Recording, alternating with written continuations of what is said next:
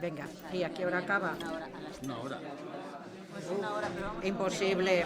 A las 13 imposible, porque el tuyo, ¿cuánto dura el tuyo? Lo voy a intentar. No, no hay debate. Recorto. No, no hay debate. En su conferencia no. En su conferencia no hay. Sí, pero tienes, pero No te preocupes, yo lo a la haré. una no hemos Sí, acabado, no, está bien, no te preocupes. con la entrega de diplomas. Bueno, pues si les parece bien, vamos a dar comienzo a esta charla final de esta jornada y tengo el enorme placer y la satisfacción de presentarles a Juan Luis Quincoces Soler. Juan Luis Quincoces es director de fundaciones, máster en gestión sociosanitaria y comercio internacional, experto en TIC, en tecnologías de la información y comunicación, Internet de las cosas, Smart Cities y tecnologías accesibles. Él es el director del CENTAC, el Centro Nacional de Tecnologías de la Accesibilidad, del que aquí hay algunos patronos, varios de sus patronos estamos aquí. Está el Centro de Referencia de León, está el CIAPAT, está el Corte Inglés y no sé si hay algún patrono más, pero por lo menos tres patronos estamos, o sea que estamos aquí para acompañarte y vas a estar muy bien acompañado. Bueno, Juan Luis es coautor de la Guía de Acceso a las Pymes en la Contratación Pública, Mercado y Oportunidad de Negocio en las TIC accesibles, Eficiencia y ahorro en las administraciones públicas con la implementación de las TIC accesibles y muchísimas cosas más. Es una excelente persona, un buenísimo compañero de trabajo y verdaderamente yo estaría mucho tiempo hablando de él, pero me han dicho que tenemos muy poco tiempo y yo creo que lo importante es escucharle a él y escuchar las propuestas y las ideas que nos va a dar. O sea que, Juan Luis, con enorme cariño, y tú lo sabes, pues te doy la palabra. Muchísimas gracias, Cristina. La verdad es que, bueno, es como estar en casa porque estoy absolutamente encantado de estar en estos cursos de verano. Agradecer a la Universidad Complutense los cursos, la invitación, por supuesto, a los directores, a Rafael Beitia, pero como no a Cristina Rodríguez, que como ella misma ha comentado, pues además es patrona del Centro Nacional de Tecnologías desde hace mucho tiempo, desde su fundación, que también tiene su mérito, desde su momento fundacional, y bueno, pues otros patronos que están aquí presentes, como pues Miguel Ángel o gente del CRE, etcétera, ¿no?, que aquí se encuentra y que nos acompañan. A los demás, pues muchísima más paciencia os pido, porque no sois del patronato, pero espero que entre todos sea entretenida lo que vamos a comentar en breve tiempo, porque aunque parece mucho, el tiempo pasa demasiado rápido, ¿no? Así que, bueno, dicho las gracias, empezamos con la presentación. Bueno, esto es como muy llamativo, ¿eh? Hablar de Smart Cities, de Internet de las cosas, de Big Data, cómo influirán los ciudadanos. Esto, para hablar un poco de esto, seriamente, primero tenemos que entrar en cocina y vamos a tardar un poco hasta que entremos en ello. Pero me gustaría que os quedarais con la idea de que no vamos a hablar de futuro, de que todo esto de que vamos a hablar y que pueda parecer futuro, esto ya llegó hace unos días, llegó hace unas semanas, llegó hace unos meses y llegó para quedarse. Y es que ya está. Entonces, bueno, antes de nada, quiero presentaros un poco lo que es el Centro Nacional, del cual ha comentado brevemente Cristina y del que soy director general. Pues cómo nace, ¿no? Esto nace por el origen del CENTAC, del Centro Nacional de Tecnologías de la Accesibilidad, pues está basado fundamentalmente en la necesidad que había de observar cómo en la discapacidad en los mayores las barreras, la comunicación, pues son fundamentalmente los elementos que provocan esa discapacidad. Si somos capaces de saltarlas, nos damos cuenta que la discapacidad estética es una cosa, pero que la discapacidad funcional podemos conseguir superarla.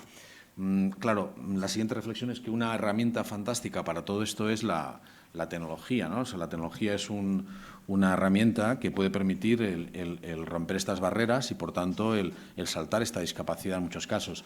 Pero luego viene la reflexión de la otra cara de la moneda, ¿no? La tecnología va a su bola, ¿no? Y como va a su bola, pues resulta que a veces hace cosas y evoluciona de tal manera que lo que provoca son nuevas barreras, nuevas brechas digitales y nuevas discapacidades, ¿no? Entonces, era muy importante el atender todos estos conceptos, pero aún más viendo la inmersión en la que estamos metidos con el tema de la tecnología. Ya no es una opción, no es una cuestión de yo tengo una Nintendo, no la tengo, tengo un Game Boy, no lo tengo. No, es que si no tienes determinadas cosas es que no vas a poder vivir, porque ahora, no sé, un vuelo de low cost solo se puede sacar por Internet, no puedes ir a una caseta o a una oficina. La realidad es que la administración electrónica misma nos está comentando que hay muchos documentos y muchas actuaciones que solo se pueden hacer electrónicamente, y así más y más y más, y esto no ha hecho más que empezar, ¿no? Entonces, como no ha hecho más que empezar, pues la idea de promover una entidad que impulsara la accesibilidad de una forma transversal, la accesibilidad tecnológica, y que también gracias a la tecnología se mejorara la accesibilidad a los espacios, y esto había que hacerlo trabajando con la industria, y que la industria también se involucrara en ello y también tuviera sus retornos, y también que esto consiguiéramos implicar a todos los estamentos sociales y a la administración, y que al final esto fuera, por un lado, pues también oportunidades de mercado. La promoción de todo esto nos obligaba a que estuvieran contemplados pues 3 tipos de entidades, ¿no? 3 grupos. Tenía que estar la administración pública, tenía que estar el tercer sector y tenía que estar, como no, pues las empresas tecnológicas, las líderes. No pueden estar todas las que están, ni están todas las que son, pero de alguna manera lo que buscábamos también son compañías, seguimos abiertos, ¿no? Obviamente, entidades que en el caso de las privadas pues fundamentalmente fueran primero líderes, es decir, que fueran tractores de otras, que otras quisieran copiar sus actuaciones en un momento determinado.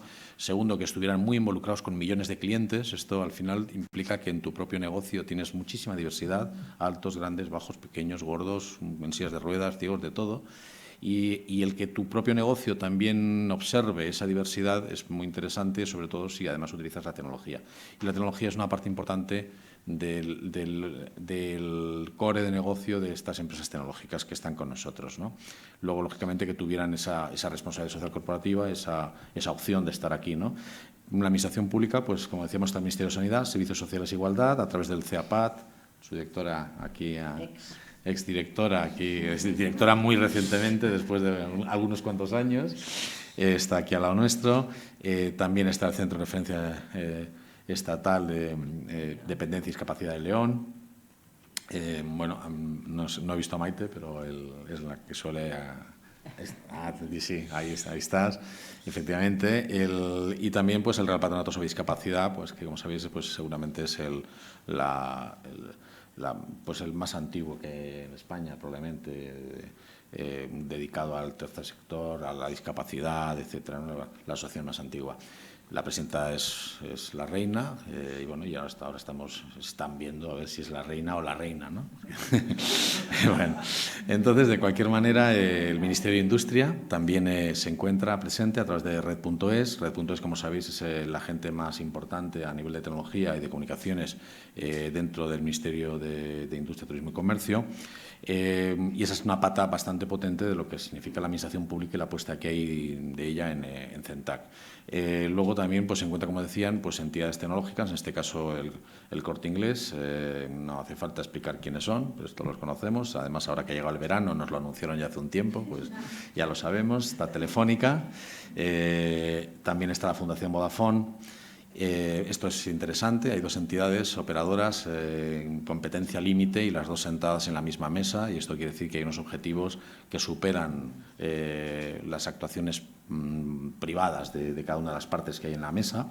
Y luego TÜV Rheinland, recientemente incorporado, que es una de las entidades certificadoras más grandes del mundo, ¿no? Está presente en más de 65 países y bueno, pues tiene certificaciones en el ámbito de la accesibilidad de muchos ámbitos, pero la realidad es que está muy involucrada con la normalización y con todo ello.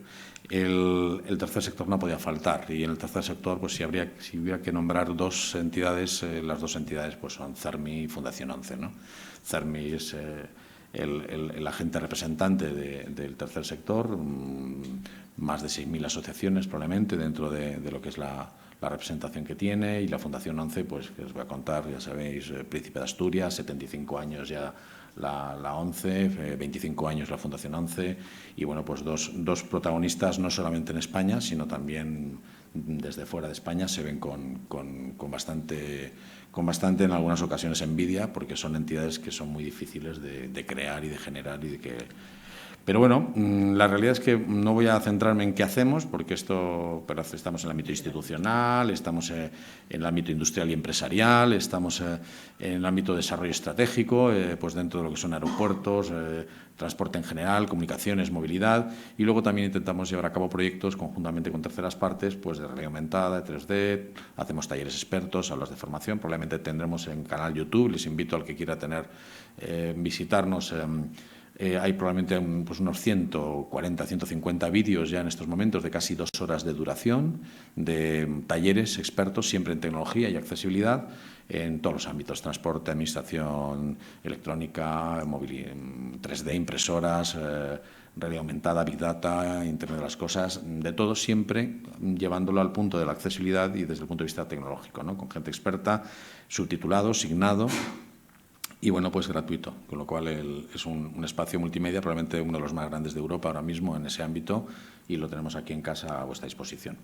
Bueno, lo primero que habría que hablar es un poco del estado del arte de las cosas, ¿no? O sea, ¿dónde estamos? ¿Qué es lo que está pasando? ¿Qué es esto de Big Data? ¿Qué es esto de todo esto, ¿no? De todas estas cosas que comentamos, ¿no? Y aquí a mí me gustaría empezar pues hablando un poco de esas grandes tendencias sociales, ¿no? O sea, hay unas tendencias que están ocurriendo, al margen de lo que hablemos luego, que son parte de los causantes de otras cosas, ¿no? Uno es el cambio demográfico, ¿no? El cambio demográfico lo iremos viendo, pero ya llegó hace tiempo y va a más, ¿no? Hay un cambio en la edad, en el perfil de la edad, nos morimos más tarde, antes habéis estado hablando bastante de ese tema y bueno, pues no voy a entrar mucho más en ello, luego tocaré algunos detalles que son interesantes, pero hay un cambio demográfico importante.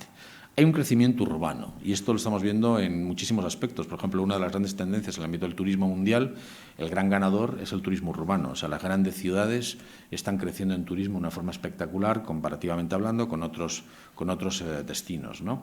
Pero la realidad es que ahora veremos, el crecimiento urbano está siendo muy potente. Hay unas migraciones en el mundo que están marcando cosas y son las que generan en su momento pues una preocupación por la gestión y la eficiencia de una ciudad, y de ahí vino el mundo de la Smart City y otras historias que hablaremos. Clases emergentes. Esto es otro tema interesante. Las clases emergentes son nuevas clases sociales y el mundo está cambiando, ¿no? Y está cambiando, luego lo veremos, no en millones ni en decenas de millones, en miles de millones. Y esto está teniendo consideraciones económicas, está teniendo repercusiones sociales, está teniendo repercusiones familiares, de uso de tecnología y de muchas cosas, ¿no? Ahora lo veremos. El empoderamiento social, esta es otra realidad, ¿no? La legislación, la cultura, la comunicación, la globalización están llevando a que todos tengamos, con más edad, con menos edad, con más discapacidad aparentemente, con menos discapacidad, un empoderamiento que está llevándonos a unos espacios de autonomía y de exigencia de servicios y demás, que también están marcando unas pautas y es una tendencia importante en el mundo. Y la última, pues ya no lo voy a contar, pues inmersión tecnológica. Pues claro, o sea, tenemos la tecnología hasta en los zapatos y luego lo veremos, que no es una frase hecha, ¿no? Es que hasta en los zapatos, ¿no? Estas grandes tendencias sociales son las que están ocurriendo. Luego hay otras, bueno, pues que son las climáticas, de cambio climático, bien, pero tendencias sociales que están ocurriendo son estas, y sobre estas habría que tocar algunas cosas, porque, por ejemplo, cuando uno habla de cambio demográfico es que hay muchos factores relacionados con el cambio demográfico, ¿no? Estamos hablando, por ejemplo, fundamentalmente de un envejecimiento, ¿no? Pero el envejecimiento no es solo envejecimiento, el envejecimiento son pensiones. ¿Cuáles son los grandes problemas que puede tener España? Millones, bien, pero hay uno, que es el económico, y el económico tiene automáticamente una pareja de baile que se llama pensiones y sanidad.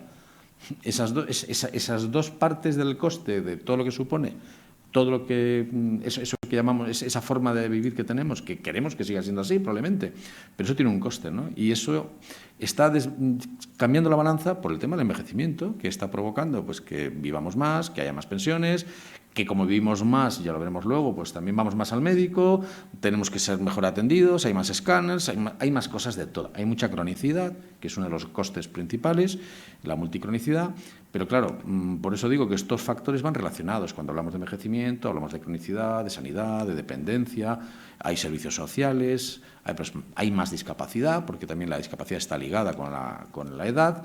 Y es importante que sepamos la importancia que tiene esto en el mundo, ¿no? Es que cuando hablamos de envejecimiento, claro, ¿quién es viejo? Ninguno de los que estamos aquí, lógicamente, ¿no?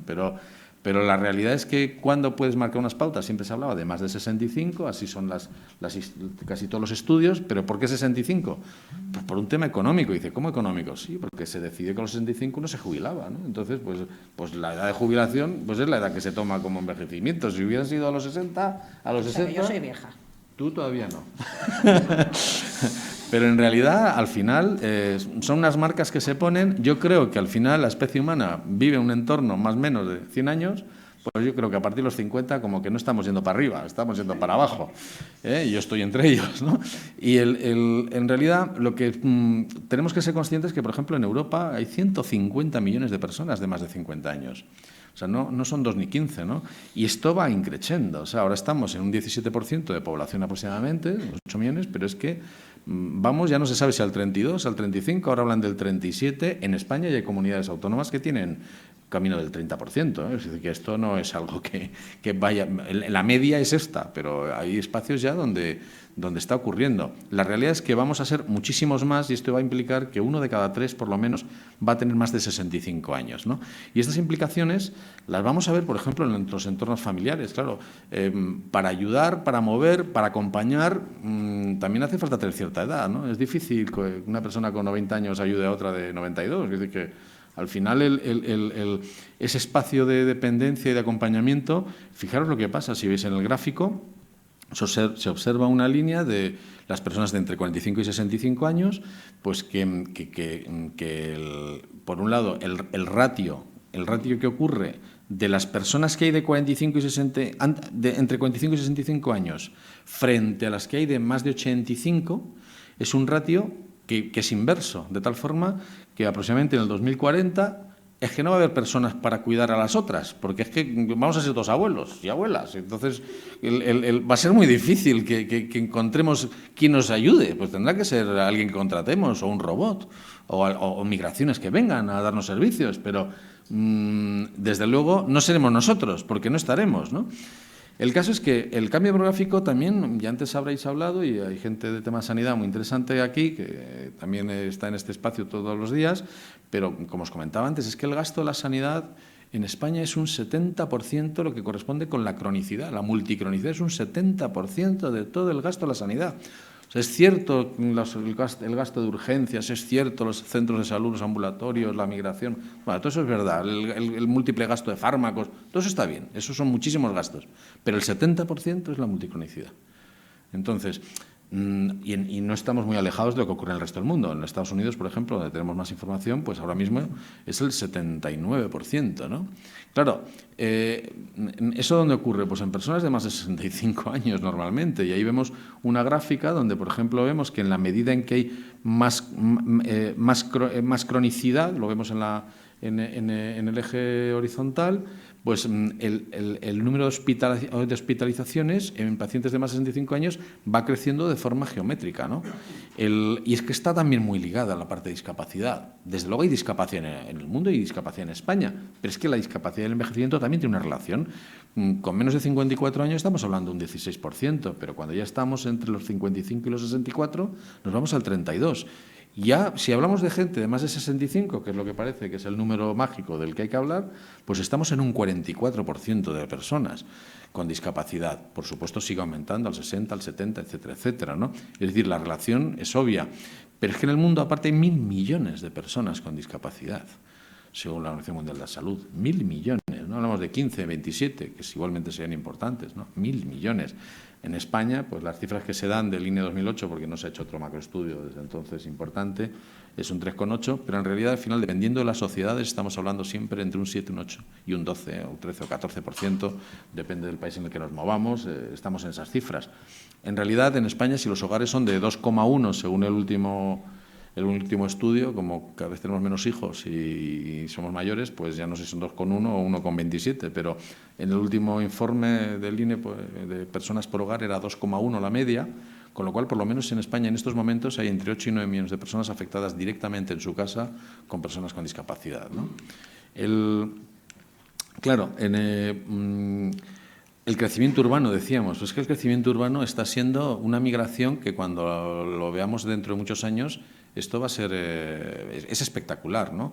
Los países de desarrollo están pasando de un 38,9 a un 47, pero nos estamos situando en América Latina y en la OCDE en el entorno del 80% de las personas dentro de ciudades. Vivimos en ciudades, somos urbanitas, el campo se ha abandonado. En la media mundial, como hay mucho campo y hay mucha Siberia y hay muchas cosas, pues todavía estamos en el 53,2.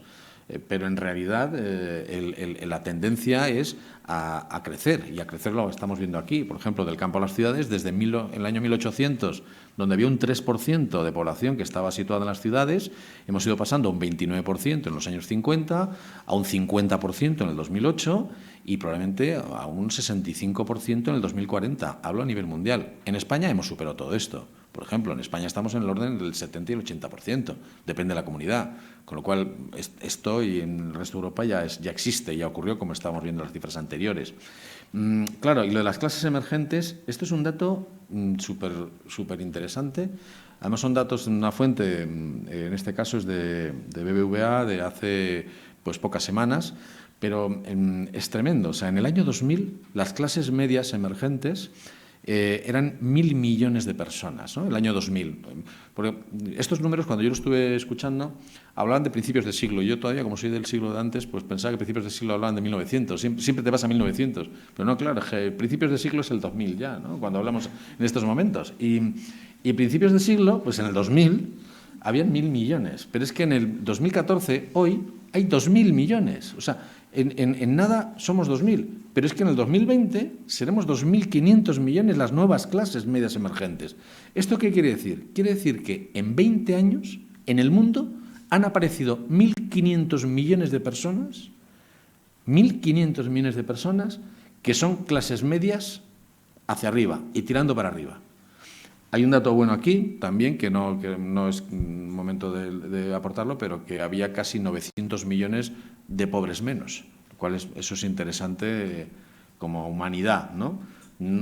Aquí ocurre lo de siempre, que luego siempre hay cientos de millones que están muy mal también, ¿no? Pero la realidad es que, centrándonos en las clases emergentes, esto es un fenómeno, no ha ocurrido nunca en la historia de la humanidad, que en 20 años tanta parte de la población mundial emergiera como una clase media. Esto claro, esto implica cosas. Viajan, gastan, consumen, entran en Internet.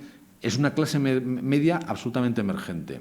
Vale, ¿y el empoderamiento? Pues es que el empoderamiento está surgiendo por todos lados. En el ámbito cultural es que ya no se solicitan ayudas. Los mayores lo que quieren es justicia. No es pedir por pedir, ¿no? Y además se ofrece oportunidades. O sea, hay oportunidades de mercado, de negocio, de servicios, se exigen cosas.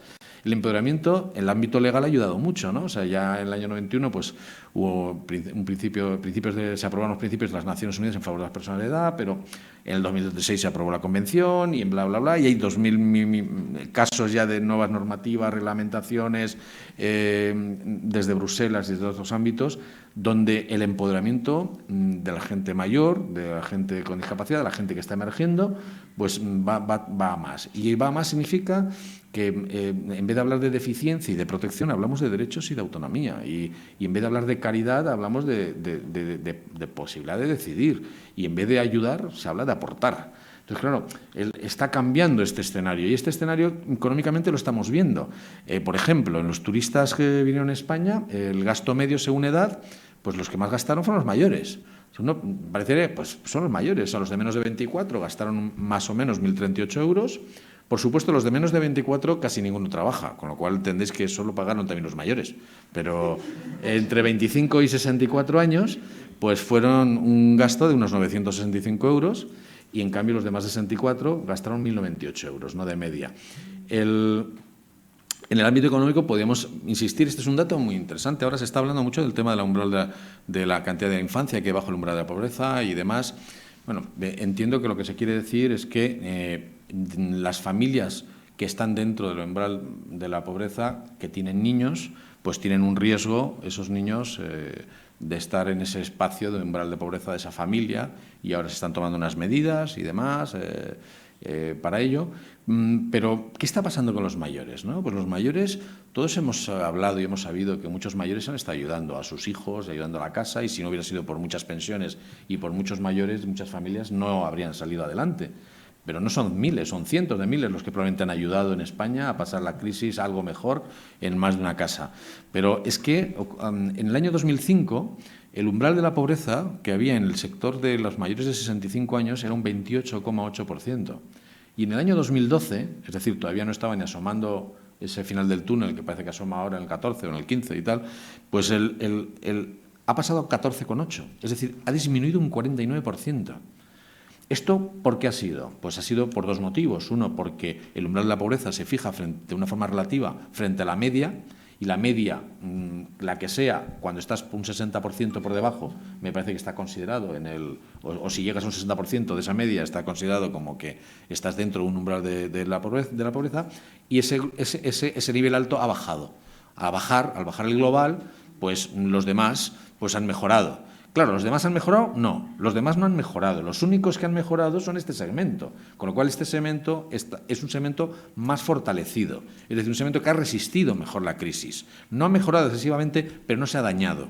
Ahora, en el contexto europeo, no ha ido a peor, ha ido a mejor, porque el contexto europeo en estos momentos está en un 14,4%, y en la media española de los mayores de 65 años, el umbral de pobreza es de un 14,8%. Con lo cual, aquí han pasado cosas, están teniendo una mejor economía frente al resto. Y lo estamos viendo, por ejemplo, en otro ejemplo de gastos de viaje.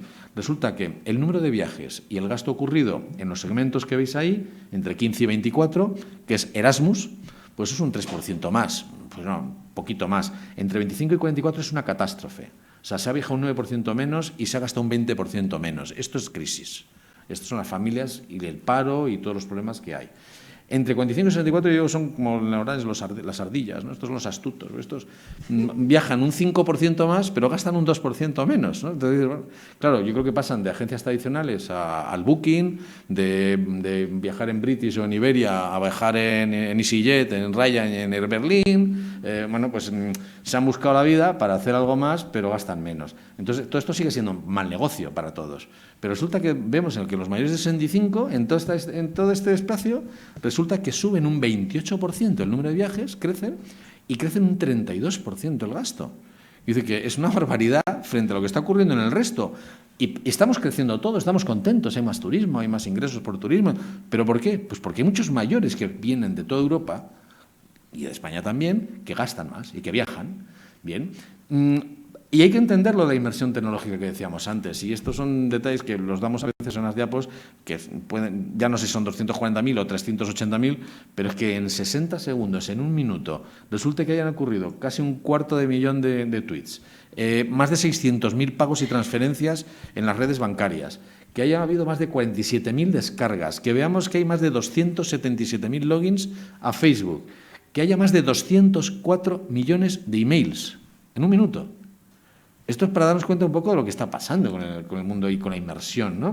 Y esa inversión tecnológica va a más, pero no a más, a mucho más. Hemos tardado 20 años en que 2.500 millones de personas estén conectados en la red. Pues en los próximos 3 años seremos 5.000 millones. Es decir, que el crecimiento de esto no somos capaces de imaginarlo, ¿no? Y es que aquí hay evoluciones y hay revoluciones. Y cuando hablamos de tendencias, de tal, para mí las tendencias, esto es muy subjetivo, pero las tendencias prevén evoluciones. Por ejemplo, pues un móvil va a ser más plano, va a pesar menos, va a ser más rápido, va a tener más memoria, eso es una evolución. Pero hay disruptores que provocan cambios críticos y que no imaginamos muchas veces las consecuencias que van a ocurrir. Y eso son revoluciones tecnológicas. Y estamos viviendo un momento donde hay varias revoluciones tecnológicas a la vez. Y esto es tremendo, porque lo primero era previsible, pero lo segundo es absolutamente inesperado. Entonces, la forma de prever qué es lo que va a ocurrir va a ser muy difícil y nos va a sorprender una y otra vez, ¿no? Las cosas que van a ir ocurriendo. Si queremos hablar de evoluciones, pues hay más movilidad, hay más ubicuidad de Internet en todos lados, hasta en el metro, en España, lo tienes en todos los espacios, muchas más interacciones, más usuarios, más tiempo de conexión, llega a ser, todo el mundo está todo el rato conectado, en todos lados, en las comidas, ves a los chavales reunidos en un banco y en vez de hablar están todos hablándose a través del chat, porque así hablan entre ellos y con los 300 más del grupo que no han ido al banco, ¿no? O sea que al final la localización continuada, esto es muy importante porque esto está cambiando muchísimos servicios y gestiones que va a haber aquí alrededor. Y luego está lo de la inmersión tecnológica en el ámbito de las revoluciones críticas. Y es que está ocurriendo a la vez algo que se llama Big Data, algo que se llama Internet de las Cosas, algo que se llaman robots, algo que se llama Smart Cities. Todo esto está muy relacionado entre ellos, pero cada uno de estos por sí mismos es un disruptor, es algo crítico y que va a cambiar en muchas cosas nuestra forma de relacionarnos, ¿no? Y aquí entramos un poco en lo que decíamos al comienzo, que es de lo que hemos venido un poco a hablar, ¿no? Pero que era necesario un poco esta introducción. ¿Cómo nos va a afectar, ¿no?, todo esto? ¿Cómo nos va a cambiar? Pues es muy sencilla la respuesta, es que nada va a ser como antes. Nada va a ser como antes. Esto va a cambiar tremendamente, va a cambiar nuestra forma de relacionarnos y además no sabemos ni cómo. Va a cambiar nuestra relación con los vehículos, con los objetos, con nuestra casa, con las cosas. La identidad digital, esto es una dificultad existente incluso a nivel legal. ¿Cuál es el territorio? ¿El territorio cuál es? ¿El territorio de España, las fronteras, hasta aquí, hasta allá? ¿O el de Internet? O sea, y si yo tengo una sociedad fuera y la sociedad fuera factura aquí, pero ingresa allá, pero me lo manda desde China. O sea, a ver, es que esto es muy complicado entrar en actuaciones. Por ejemplo, en España hay una ley que prohíbe que las redes sociales de cierta envergadura no sean accesibles. Bueno, vale, muy bien, pero eso se lo dices a Facebook, se lo dices a LinkedIn, se lo dices a Twitter o se lo dices a La Única Española. O sea, ¿a quién se lo dices? Y si se lo dices a la otra incumple, ¿qué haces? Como en Turquía, cierras los canales, te metes en una guerra en las ondas, pones una denuncia en Estados Unidos, ¿qué haces? Esto empieza a cambiar el efecto, ¿no? La identidad digital es un tema complejo. La legislación, ¿no?, va a tener que afrontar la globalización de todos los territorios que serán digitales y los objetos van a ser también contemplados por su conectividad. Los objetos van a estar conectados todos, pero todos quiere decirse un cepillo de dientes. Entonces, vas a poder saber a través de la red y a través de avisadores y a través de sensores que el cepillo de dientes ya tiene las cerdas desgastadas y que hay que cambiarlo, por ejemplo. Y a lo mejor hace un pedido de un cepillo ya, automáticamente. De tal manera que tú no te preocupas y al día siguiente tienes otro cepillo. Ya puedes tirar este. Es decir, que las cosas van a estar interconectadas. Y cuando están interconectadas, uno a la hora de comprarlas, las compra también por ese factor de conexión. O sea, ¿qué es lo que me ofrece? Porque esté conectado. ¿Qué servicios me da? Ya no solamente color, la estética, el tamaño, el peso, el precio, sino también ese nuevo factor que se incorpora, ¿no?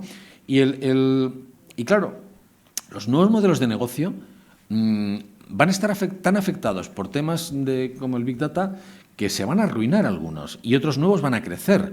O sea, esto va a ser es una revolución ya en el ámbito del conocimiento, ¿no? Los datos van a ser un valor diferencial de la empresa.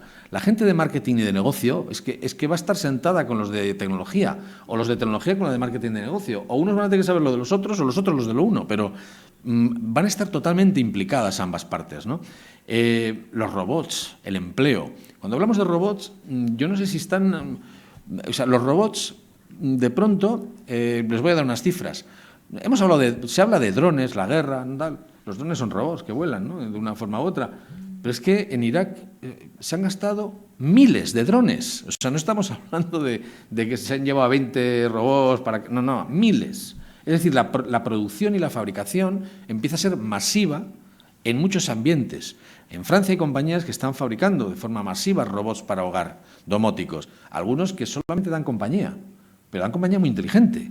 Tienen forma androide, se mueven, se desplazan, se suben a la mesa, se sientan en la mesa, se bajan, se van caminando, vienen, te preguntan, dicen que te ven mala cara, que qué te pasa, tal, hablan contigo, calculan, tienen sensores, saben que la temperatura es alta, tienen conectados sensores en tu cuerpo que dice, pues creo que tienes fiebre porque la temperatura que hace fuera aquí no es tan alta, ¿por qué no llamamos al médico? ¿Te parece que llamo al médico y que te vean? O sea, es un compañero de la casa. Es un compañero de la casa. Y la soledad en esto que hablábamos del envejecimiento, va a estar muy implicado. Y esto va a ser un gran negocio. Bien, pero ¿qué más? ¿Qué más? Pues en una fábrica vamos a tener que pensar qué es lo que hacemos muchos empleados. Porque es que ayer estuve viendo vídeos de robots donde eran capaces de hacer escalada libre, de meterse en valles, de sortear espacios. O sea, estas cosas que vemos en las películas donde vemos al robot caminando de una manera absolutamente libre. Esto ocurre, esto existe.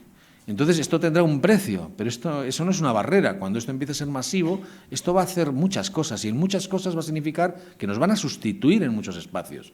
Y de la misma manera que hubo una gran revolución industrial que generó un desempleo en su momento importante, y una revolución tecnológica posterior, que también la entrada de los ordenadores, la entrada masiva, ¿os acordáis el miedo que había, que iba a sustituir muchas veces a las personas y que las sustituyó? Lo que pasa es que luego se reconvirtieron en otros espacios. Pues va a pasar nuevamente con los robots también, ¿no? Claro, la sensorización masiva, voy pasando porque si no, bueno, bueno, tenemos 5 minutos para 30 diapos más. Las soluciones y las herramientas que vamos a utilizar, que están ocurriendo, son muchísimas. Los llamados wearables, usables, esas cosas que se utilizan ya como sensores, como anillos, telas, impresoras 3D. ¿Y cómo nos va a afectar? Decíamos, pues en muchos ámbitos, por ejemplo en el sanitario, es que ya se sabe, por ejemplo, que la telemonitorización de crónicos provoca ahorros hasta 1.098 euros por paciente, ¿no? ¿Por qué? Pues porque hay un 50% menos de visitas al médico, un 73% menos de urgencias, un 9% menos de enfermería, un 62% de reducción de días de ingreso con el coste que tienes en un hospital, y esto significa millones, igual que los servicios a distancia que pueden haber para personas diabéticas. Es que hoy en día la diabetes, como sabéis, es una epidemia. O sea, y si una persona va por la calle, y por ejemplo, y de pronto aquí, vamos, en el Escorial, y se desmaya, se cae. ¿Qué es lo que ocurre? Pues grupito alrededor, cuidado, no lo toques, a ver, respira, no sé, tal, ponlo derecho, tal. Bien, llama al 112 inmediatamente. ¿Qué es lo que ocurre? Un call center que está atendiendo, un servicio, bien, una ambulancia medicalizada, probablemente con un médico, con el chofer, a lo mejor con un enfermero. Llegan allí, atienden a la persona, miran, tal, ven que probablemente simplemente que le ha bajado el azúcar, le dan un zumo, le dan un pinchacito, lo sientan ahí un rato, se siente mejor, el otro ya sí, ya me siento mucho mejor, no lo van a dejar ahí, a ver si le va a pasar algo y encima los otros se la van a cargar. Y dicen, no, ¿por qué no se acompaña? Viene que le miren, le echen un chequeo. Claro, se lo llevan, eso que significa una nueva entrada por urgencias, allí van a atenderlo cuando le toque, pero van a atenderlo. Y bueno, y una vez que lo atienden, ¿qué ocurrirá? Pues que si es una persona mayor, con que la persona mayor diga, estoy mejor, pero ¿está del todo bien? Que no sé, todavía tal, bueno, te van a meter en una cama o te van a dejar allí seguro hasta el día siguiente, con lo cual ya es una noche también que vas a pasar allí. O sea, todo esto, si de pronto tuvieras un sensor, que veremos luego que existen, que de pronto te avisa de que tienes unos niveles de glucosa determinados, pues te podrá decir alguien a través del teléfono, porque habrá saltado esa alarma, por favor, vaya y tómase un zume o vaya al centro de urgencias o ahora usted mismo por su pierna que no le pasa nada. Claro, estas cosas se ve que funcionan, pero nos afectan en más temas, porque, por ejemplo, la teleinformación en pacientes de insuficiencia cardíaca crónica no solamente tiene ahorros y demás, es que está demostrado que tiene un 34% menos de tasa de mortalidad. Claro, todo esto, ¿qué significa? Pues que pasaremos de 75 años de media a 76, a 79, a 82, por todas estas cosas, ¿no? Y no quiero hablar de las apps que hay, millones, miles, pero en el tema de sanidad y salud, a medida que los sensores se están especializando, están ocurriendo cosas increíbles, maravillosas, ¿no? Y los wearables que decíamos antes, que ya las pulseras y los relojes los vemos, por supuesto, en el Corte Inglés y en muchísimas tiendas y espacios, pero en el aeropuerto, o sea, es algo ya, es un utility. No es habitual que los llevemos, pero yo empiezo a fijarme que muchas pulseritas que antes parecían que eran pulseras de estética, de esas, y ahora no, ahora son pulseras ya de gente que se compra el sensor para que le lleve el pulso, el ritmo, el no sé qué y tal. Pero es que, para correr y tal. Pero es que estamos viendo escenarios como el de las lentillas de Google, ¿no? Con sensores del nivel de glucosa en una lentilla. Sí, claro, es que los elementos de wearable, por decirlo de alguna manera, o por ejemplo, el Textrosensor es una compañía muy seria del grupo Adidas, además, en Estados Unidos, tiene unos textiles con sensores de muchos tipos que permite incorporarlos en distintas telas, etcétera, para muchas cosas.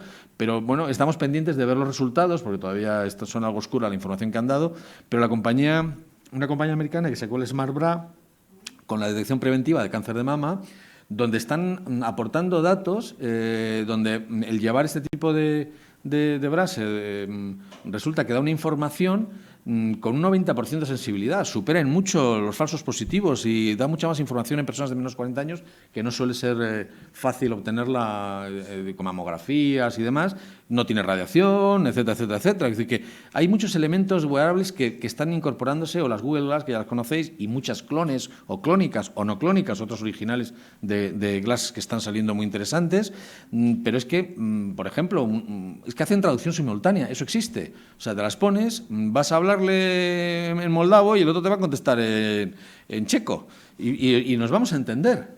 Sin necesidad de estar hablando cada uno en nuestro idioma. ¿Esto ahora cómo está? Pues está mal, pues como los indios, se habla mal, se entiende mal, pero está ya, o sea, esto existe, esto está funcionando, ¿no? Y muchísimos más elementos que no vamos a estar comentando, pero anillos de todo tipo. O sea, es que hay anillos ya que permiten sensorizaciones, el uso de ratones, información, alertas. Esto se compra, o sea, esto no es el futuro. Pero es que cuando hablamos del alemán que han ganado la Copa del Mundo, los alemanes, que están muy metidos en tecnologías, también con datos de Big Data, etcétera, una información de distinto tipo que también utiliza, hace falta luego tener a los jugadores que tiene. Pero, por ejemplo, este es un balón que es el Smart Ball, que da información instantánea del punto de golpeo, del alcance, de la fuerza, la trayectoria, el efecto. Es un entrenamiento inteligente, te permite hacer 300 golpes y vas aprendiendo por qué está saliendo mal, por qué no va a la portería o por qué no va al ángulo, a la esquina. Pero igual que esto, pues la interconectividad que hay con el NFC, las etiquetas masivas, los ámbitos de QR que lo estamos viendo en todos lados, la cantidad de sensores que están apareciendo para la domótica, para las casas, de temperatura, de caídas, de todo, de absolutamente todo. Pero es que no acabamos ahí. Es que las impresoras 3D están revolucionando los escenarios. Ahora mismo, solamente centrándonos en el ámbito de salud, es que se hacen prótesis. Los órganos son muy complejos, pero se empiezan a hacer. Pero son muy complejos. Pero válvulas sí, o sea, válvulas es una realidad. Piel, sabéis que se hace piel artificial. Bueno, es que se está queriendo imprimir piel para darle forma a espacios, pues no sé, por la nariz o sitios donde son más complejos de aportar las tiras de piel que ya se hacen, ¿no? Pero las prótesis, como veis ahí de la niña, de orejas, de tal, o férulas que se hacen sobre la marcha, adecuadas al tamaño exacto del miembro de la persona, ¿no? Esto es una realidad, ¿no? Me gustaría ver un vídeo, nada más, que es 1 minuto, solamente tiene 1 minuto y así acabamos. Y después de ir a toda velocidad, intentando cumplir con los tiempos. Por favor, Fernando, si puedes poner el vídeo.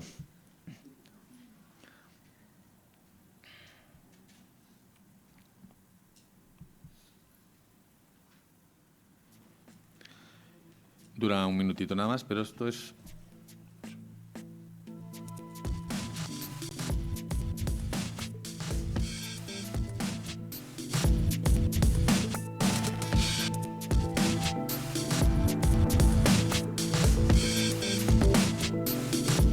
¿Recordáis la película Minority Report, no?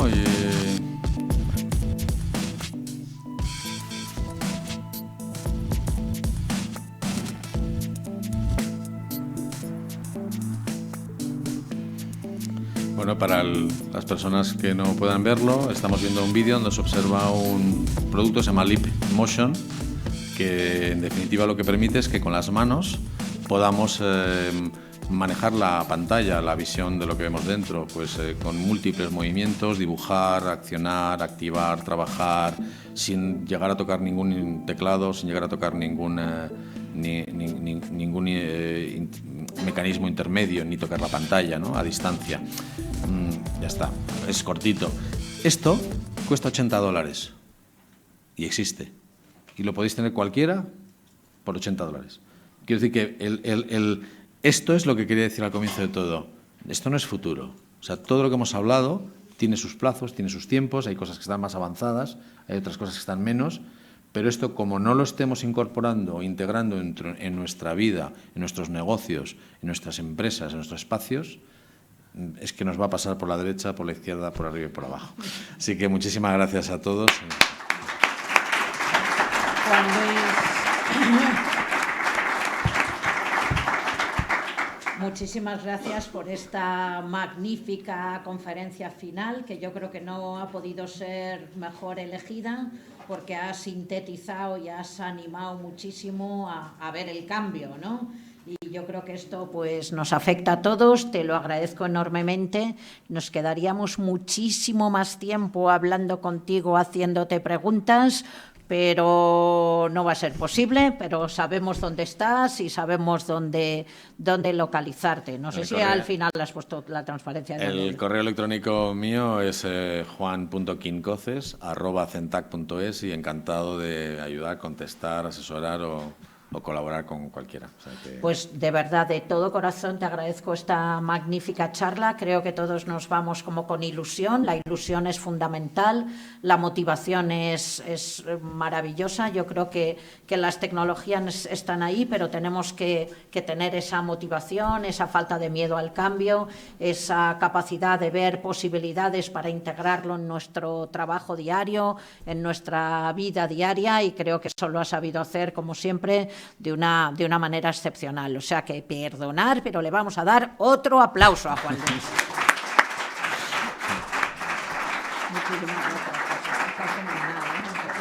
Muy bien.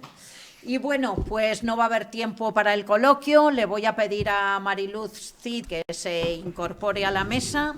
Hemos llegado al final de este curso de verano de la Complutense 2014, llamado Los Servicios Sociales y las Tecnologías en la Información y Comunicación, Sociedad de la Información y Sociedad del Bienestar. Durante estos 3 días hemos tenido oportunidad de compartir conocimiento, saber más de realidades y debatir sobre nuestro papel en esta innovación social y tecnológica. El primer día, Catalina Hoffman nos animó a innovar y a avanzar en el empoderamiento a personas mayores y personas con discapacidad, a gestionar la diversidad con apoyo de las TIC. Tuvimos una mesa redonda sobre vivienda y ciudad. Tomás Lagerwall, que vino de Suecia, nos ofreció una visión de cómo viven las personas mayores en Suecia, sobre sus viviendas y sobre los apoyos. Hablamos de domótica y de colaboración entre personas con problemas semejantes, como por ejemplo colaboración entre pacientes. Ayer Manuel Arenilla nos ofreció también una magnífica panorámica sobre innovación social y cómo ser nosotros mismos agentes participadores de este cambio. El director general del Inserso, César Antón, nos animó a seguir desarrollando y poniendo en valor avances TIC que faciliten la vida a personas mayores, a personas con discapacidad y a personas en situación de dependencia. En la mesa redonda hablamos de apoyos para la autonomía, del empleo y personas mayores, de Alzheimer, de demencias, de salud electrónica. Por la tarde tratamos TIC en la comunicación y conocimiento accesible. Vimos posibilidades de realidades en videojuego, de móviles y de trámites de la administración accesible. Esta mañana hemos tenido una magnífica mesa sobre la atención a personas y las herramientas TIC, la coordinación entre agentes en la continuidad de cuidados, en el modelo social y sanitario.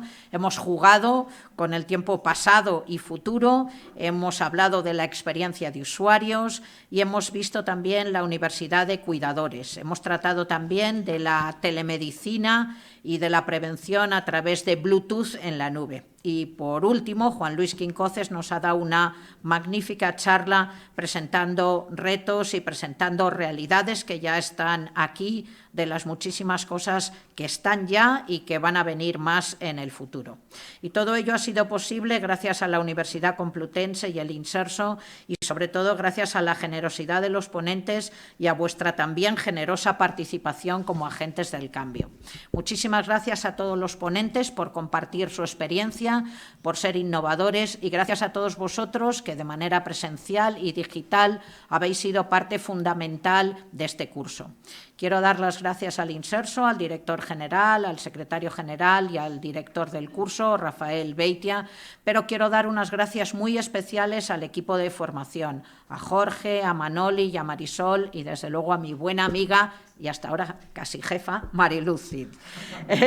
También a Edu, que con su cámara nos ha retratado, a Irene, que a través de las redes sociales también ha hecho que compartamos cosas, y a los distintos CREs del Inserso, al CRE de Alzheimer, al CEADAC, al CRE de León y a las personas del CEAPAT que también han estado aquí.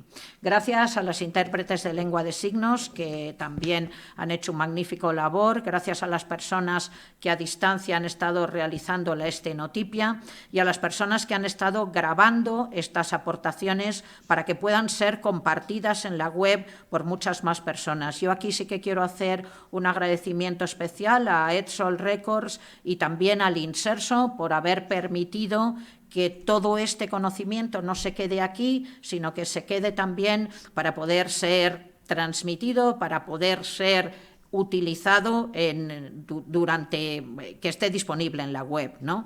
Y es un ejemplo también de cómo las TIC accesibles ayudan a facilitar este conocimiento y esta participación.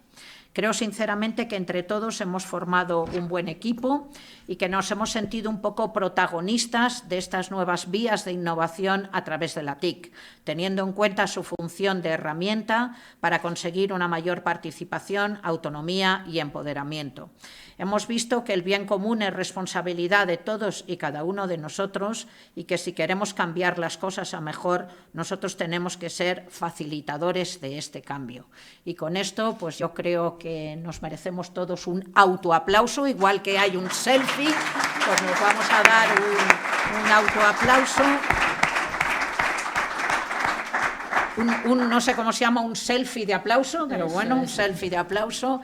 Y a partir de ahora, pues vamos a entregar los diplomas a las personas que han participado aquí. Me acompaña Mariluz Cid y entre ella y yo, pues os vamos a ir llamando y os pido que os vayáis acercando.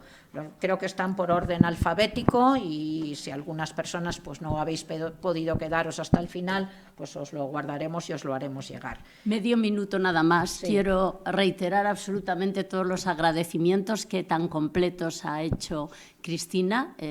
La verdad, ella es de la casa y sabe muy bien detrás de estos cursos que en principio parecen tan normales, tan sencillos, que hay un trabajo importante. No solamente aquí in situ, habéis visto por ahí a nuestra coordinadora de a pie, no solo a Jorge y a Manoli Cela, que son los jefes de la formación especializada, sino también a Marisol, que se ha vuelto loca subiendo y bajando escaleras, que casi ha adelgazado 2 kilos, si no fuera por las ensaimadas que se ha comido en los desayunos, se le han podido mantener esa energía que tiene ella, atendiendo las necesidades de todos. También están aquí, por no olvidarnos de nadie, no me olvido de los técnicos que han estado detrás de la retransmisión, de nuestras colegas de lenguaje de signo, también están aquí, aparte de muchos compañeros del Inserso y de nuestras entidades relacionadas.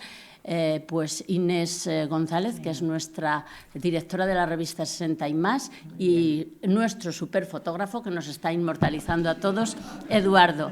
Gracias a los participantes, ponentes, los maravillosos directores que han dado la talla con creces y que yo, como representante de la Secretaría General, adjunta al secretario y responsable de esta actividad, por parte de la Secretaría General de Formación Especializada de Servicios Sociales, esta actividad se incluye dentro del Plan de Formación en Servicios Sociales del Inserso, pues estoy encantada del éxito y de los resultados que hemos obtenido, que han sido sobradamente retransmitidos y gracias a el mainstreaming hemos sido capaces de hacer una multiplicación de estas ideas y resultados de la jornada, del encuentro, para ser más exacta. Gracias a todos, ¿vale?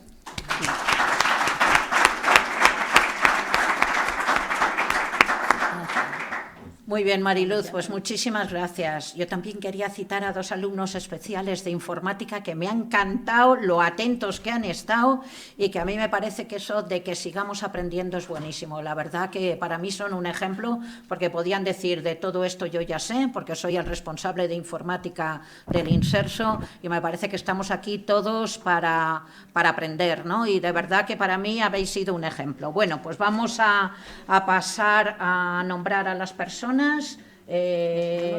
Nos ponemos de pie, claro que sí. Venga, pues yo voy nombrando, te la paso a ti. Repartiéndonos el honor. A ver, María Teresa Alonso Alarcón. María Teresa. Voy un poco rápido, ¿eh?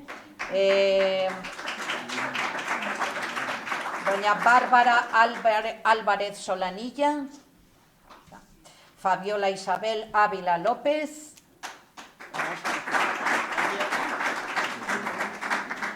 Isaac Castiñeira Fernández.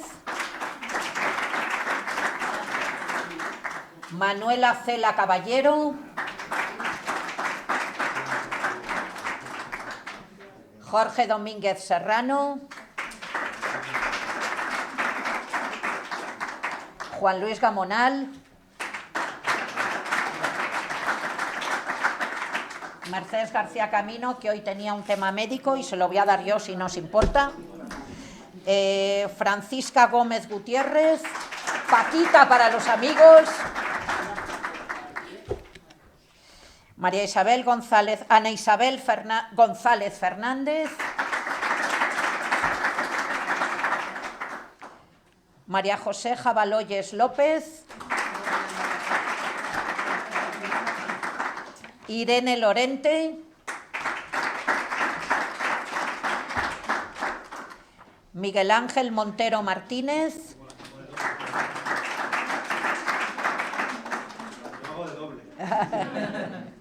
Eso está bien, porque ya no hay unos en la mesa y otros abajo. Somos una comunidad de conocimiento, debemos ser. Eso me ha gustado muchísimo de este curso y por eso lo he dicho. Daniel Nicolás Jaramillo.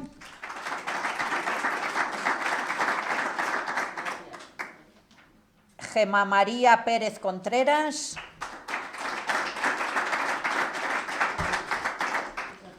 Isabel Pérez Hernández.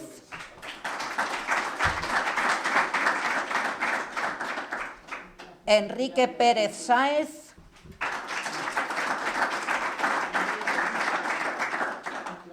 Eliana Rocío Rocha Blanco.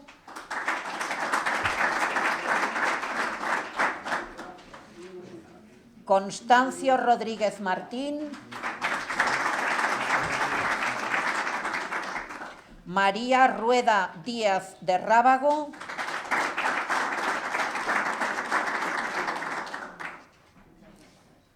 Antonio Sánchez Burgos.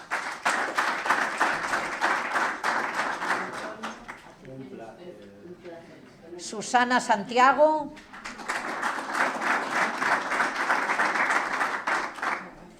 Y Félix Villar Gómez, que ha sido un gustazo teneros aquí.